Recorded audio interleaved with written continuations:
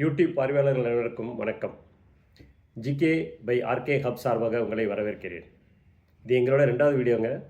முதல் வீடியோவில் மிகவும் பயனுள்ள எல்லோரும் தெரிஞ்சிக்க வேண்டிய கேஒய்சி சிகேஒய்சி அப்படின்னா என்ன, அதோட வித்தியாசங்கள் என்னென்ன, அதோட முக்கியத்துவம் என்னன்றதை விவரமாக பார்த்தோம்.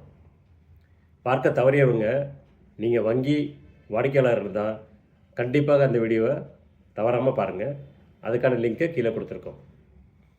இந்த வீடியோவில், அதாவது எங்களோட 2வது வீடியோவில் 10 சுவாரஸ்யமான விஞ்ஞான உண்மைகள் சயின்டிஃபிக் ஃபேக்ட்ஸ் பற்றி விவரிச்சிருக்கோங்க. அதை பற்றி தெரிஞ்சுக்கலாம் வாங்க. அதுக்கு முன்னாடி சேனலை பற்றி ஒரு சின்ன அறிமுகம். நான் உங்கள் நலம் விரும்பி வெல்விஷர் ரங்கநாதன் குமார். கற்றது கைமேலளவு, கல்லாதது உலகளவு. இது நம்ம தமிழ் கவிஞர் ஔவையாரோட கவிதை வரிகள். இதுவரை நம்ம தெரிஞ்சிக்காத விஷயங்களை மற்றவங்களுக்கு பகிர்றதாங்க இந்த சேனலோட நோக்கம். எங்கள் சேனலில் தற்போதைய நாட்டு நிகழ்வுகள், பொது அறிவு மற்றும் முக்கியமான செய்திகள், வேலைவாய்ப்பு செய்திகள், அதற்கான மாதிரி வினாவிடைகளை பகிர்ந்து கொள்ளுதல், மேலும் உங்களுக்கு விருப்பமான அதிக பேர் விருப்பப்படும் வீடியோவையும் நம்ம சேனலில் போடலான்னு இருக்காங்க. வாங்க சேனலோட 2வது தமிழ் வீடியோக்குள்ளே போகலாம். இந்த வீடியோவில் 10 அறிவியல் உண்மைகளை சயின்டிஃபிக் ஃபேக்ட்ஸு விவரமாக விளக்கியிருக்கோம். ஒவ்வொரு ஃபேக்ட்டும் 1 நிமிட நேரம். இந்த வீடியோ பள்ளி மாணவ மாணவிகளுக்கு ரொம்ப முக்கியம். அது மட்டும் இல்லாமல் பெரியவங்களும் தெரிந்து கொள்ள வேண்டிய அறிவியல் விளக்கங்கள். தவறாமல் கடைசி வரைக்கும் பாருங்கள், இன்ட்ரெஸ்ட்டாக இருக்கும். உங்களுக்கு பிடித்திருந்தால் லைக், ஷேர் மற்றும் சப்ஸ்கிரைப் பண்ணுங்கள். அப்போ தாங்க இது மாதிரி வீடியோ போட எங்களுக்கு ஊக்கமாக இருக்கும். வாங்க முதல் அறிவியல் விளக்கத்தை பார்க்கலாம். ஏன் கடல் நீல நிறமாக தெரிகிறது? உண்மையில் கடல் நீருக்கு நிறமே கிடையாதுங்க. சூரிய ஒளி சன்லைட் கடல் நீரில் படுவதாலும், சூரிய ஒளி கதிர்கள் நீரில் ஊடுருவும்போது ஒளிக்கதிரோட 7 நிறங்கள், அதாவது ஊதா, கருநீலம், நீலம், பச்சை, மஞ்சள், செம்மஞ்சள் மற்றும் சிவப்பு. இதில் நீல நிறம் குறுகிய அலை நீளம், அதாவது வேவ்லெங்த் கொண்டதால் அதிகமாக 4 திசையிலும் சிதறடிக்கப்பட்டு நமக்கு கண்ணுக்கு நீல நிறம் மட்டும் பரவலாக தெரியுது. இதனை படம் 1, 2 மற்றும் 3 விளக்கியிருக்கோம். படம் 5 காட்டியிருக்கோம் பாருங்கள்.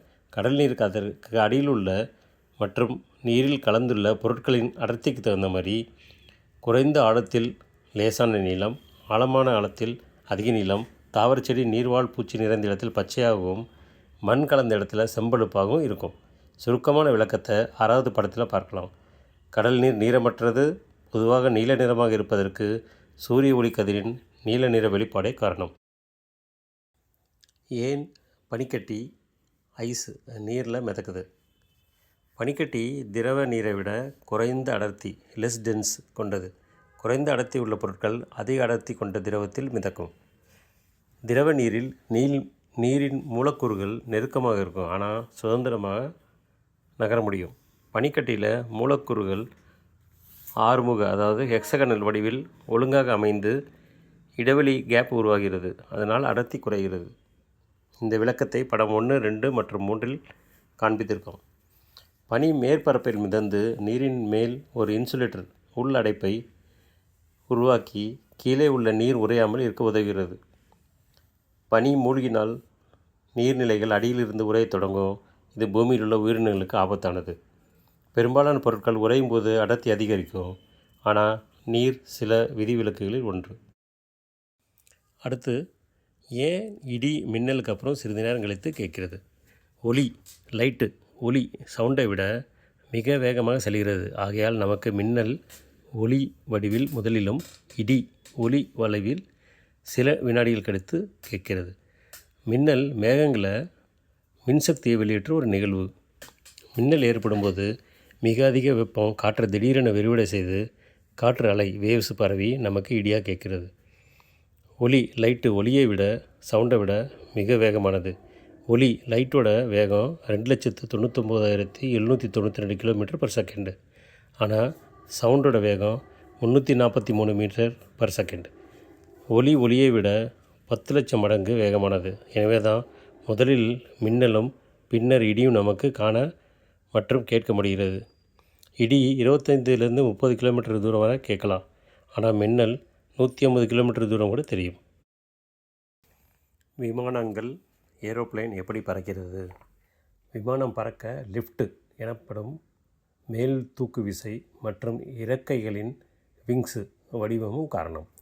விமான இறக்கையின் மேல் பகுதி வளைந்தும் கீழ்ப்பகுதி சமநிலையும் உள்ளது. அதனால் மேலே குறைந்த அழுத்தமும் கீழே அதிக அழுத்தமும் ஏற்பட்டு காற்று விமானத்தை மேலே தூக்குகிறது. மற்ற விசைகள் என்னென்ன? தள்ளு விசை த்ரஸ்ட் என்ஜின் மூலமாக, இழுக்கும் விசை டிராக் காற்று மூலமாக, எடை விசை வெயிட்டு பூமி ஈர்ப்பு விசை காரணமாக, லிஃப்ட் விசை லிஃப்ட் இறக்கைகளின் வடிவத்தால் உருவாகின்றன. இந்த 4 விசைகளின் அளவை பொறுத்து விமானத்தின் நிலை மாறுபடுகிறது. இறக்கையின் வடிவம், காற்றின் ஓட்டம், அழுத்த வேறுபாடு மற்றும் மேலே குறிப்பிட்ட விசையின் அளவுக்கு ஏற்றாற்போல் விமானம் பறக்கிறது. சோப்பு எவ்வாறு அழுக்கு மற்றும் எண்ணெயை அகற்றுகிறது? சோப்பு என்பது 2 முனைகள் கொண்ட சிறப்பு மூலக்கூறுகளால் உருவானது. ஒரு முனை தண்ணீர் விரும்பும் ஹைட்ரோஃபிலிக், மறுமுனை தண்ணீர் விரும்பாத எண்ணெய் விரும்பும் ஹைட்ரோஃபோபிக். சோப்பு அழுக்கு மற்றும் எண்ணெயை அடைகிறது. வால் பகுதி எண்ணெய் விரும்பும் பகுதி எண்ணெயில் ஒட்டிக்கொள்ளும். தலைப்பகுதி நீர் விரும்பும் பகுதி தண்ணீரில் இருக்கும். பெரிய எண்ணெய் பகுதி சிறு துளிகளாக உடைஞ்சு மைசல்கள் உருவாகும். இப்போது எண்ணெய் மற்றும் அழுக்கு தண்ணீரில் தூக்கப்படும். தண்ணீரில் கழுவும்போது எண்ணெய் மற்றும் அழுக்கு கழுவி அகற்றப்படும். சோப்பு தானாக அழுக்கை நீக்காது. அதை தூக்கி பிடித்து நீரில் கழுவும்போது அது அகற்றப்படுகிறது. ப்ரெஷர் குக்கர் உணவுப் பொருட்களை எப்படி விரைவாக வேக வைக்கிறது? உணவு விரைவாக வேகணும்னா அதிக வெப்பநிலையும் அழுத்தமும் தேவை. ப்ரெஷரும் ஹை டெம்பரேச்சரும் தேவை. சாதாரண ப்ரெஷரில் தண்ணீர் கொதிநிலை 100 டிகிரி சென்டிகிரேட். ஆனால் சிறிது அழுத்தம் ப்ரெஷர் குக்கருக்குள்ள 110லேருந்து 120 டிகிரி வரை டெம்பரேச்சர் இருக்கும். அழுத்தம் அதிகரிக்கும் போது அதிக வெப்பத்தை அடைய முடியும். அதனால் விரைவாக உணவுப் பொருட்களை வேக வைக்கலாம். இந்த சூழ்நிலையை உருவாக்க ப்ரெஷர் குக்கர் என்ற பாத்திரம் உதவுகிறது. ப்ரெஷர் குக்கருக்கு உள்ளே நீர் வெப்பத்தில் நீராவியாக மாறி உள்ளே அழுத்தத்தை அதிகரிக்கிறது. அதிக அழுத்தத்தால் நீர் வெப்பநிலை 110லேருந்து 120 டிகிரி சென்டிகிரேட் வரைக்கும் உயர்வதால் உணவுப் பொருட்கள் விரைவாக வேகுகிறது. இதனால் எரிபொருள் மற்றும் நேரம் மிச்சமாகிறது. சத்துக்களும் நன்றாக பாதுகாக்கப்படுகிறது.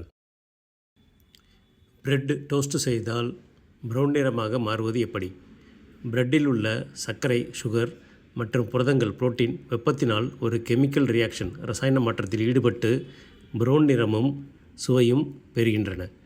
பிரெட்டில் கார்போஹைட்ரேட், சர்க்கரை, ஸ்டார்ச், குளுக்கோஸ், புரதங்கள், அமினோ அமிலங்கள், சிறிதளவு நீர் உள்ளது. பிரெட்டு டோஸ்ட் செய்யும்போது சூடு செய்யும்போது வெப்பம் அதிகரித்து பிரெட்டில் உள்ள நீர் ஆவியாகிறது. சர்க்கரை மற்றும் அமினோ அமிலங்கள் மற்றும் இடைநிலை கெமிக்கல் மாலிகூல்ஸ் ரசாயன மூலக்கூறுகள் மேலும் மாறி பழுப்பு நிற சேர்மங்கள் மெலனாய்டன்ஸ் ஆக மாறுகின்றன. இதற்கு மெயார்டு வினை என கூறப்படுகிறது. அதிகமாக டோஸ்ட் சூடு ஆக்கினால் கருகி எரிந்துவிடும். சரியாக டோஸ்ட் செய்யப்பட்ட பிரெட் மணமும் சுவையுமாகவே இருக்கும். வெங்காயத்தை வெட்டும்போது நாம் ஏன் அழுகிறோம்? வெங்காயத்தில் அலின் என்ற அமினோ அமிலமும் அலினேஸ் என்ற நொதியமும் என்சைமும் உள்ளன. வெங்காயத்தை வெட்டும்போது அதன் செல்கள் டேமேஜ் ஆகி அலினேஸ் என்சைம் வெளிப்பட்டு அலினுடன் சேர்ந்து ஒரு வாயு உருவாகிறது. அந்த வாயுவின் பெயர் சைன் புரோபெனத்தியல் எஸ்ஆக்சைடு. இந்த கேஸ் காற்றில் பரவி நமது கண்களை அடையும் போது கண்ணில் உள்ள நீருடன் சேர்ந்து எளிய அமிலமாக லேசான அமிலமாக மாறி கண்ணில் எரிச்சல் ஏற்பட்டு நாம் கண்களில் தண்ணீர் வருகிறது. கண் எரிச்சல் டெம்பரரி எஃபெக்ட், நிரந்தரமல்ல. இதை தவிர்க்க கூர்மையான கத்தியை வெங்காயம் வெட்ட உபயோகிக்கலாம். கண்ணிலிருந்து தொலைவில் வைத்து வெட்டலாம். நல்ல காற்றோட்டம் வரா மாதிரி ஜன்னலை திறந்து வைத்தும் வெட்டினால் நமக்கு கண்ணில் தண்ணீர் வராது. பாப்கார்ன் ஏன் சூட்டில் வெடிக்கிறது? பாப்கார்ன் மக்காச்சோள முத்து கடினமான வெளிப்புற உறை பெரிகார்ப் கொண்டுள்ளது.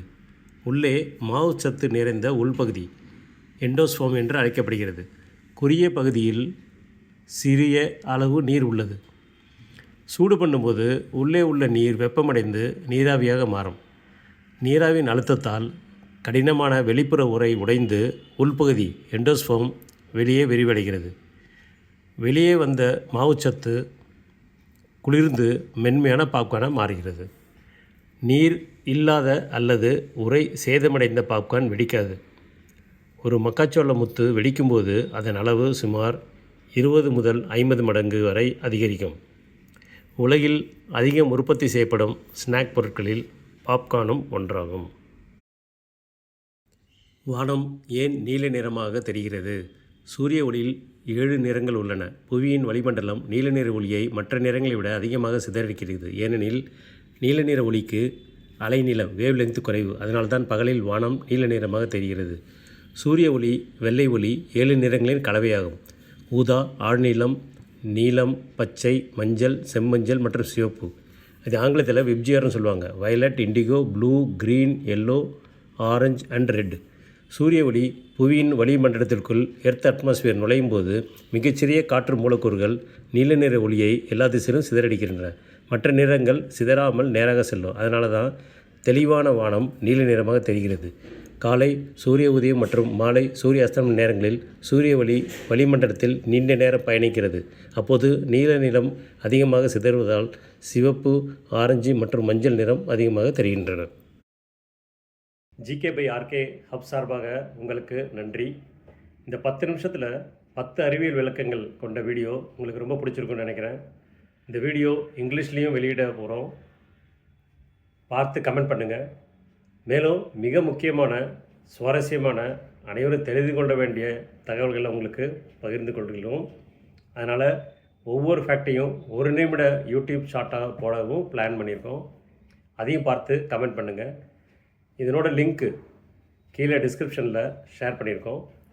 மேலும் உங்கள் ஆதரவையும் கருத்துக்களையும் எங்களோட பகிர்ந்து கொண்டால் மேலும் பல நல்ல வீடியோக்களை பகிர ஷேர் செய்ய உதவியாக இருக்கும். மறக்காமல் லைக் பட்டன், ஷேர் பட்டன் மற்றும் சப்ஸ்கிரைப் பட்டனை அழுத்தி ஆதரவை தெரிவியுங்கள். நன்றி. அடுத்த வீடியோவில் சந்திப்போம். பாய். உங்கள் வெல்விஷர் நலம் விரும்பி ரங்கநாதன் குமார்.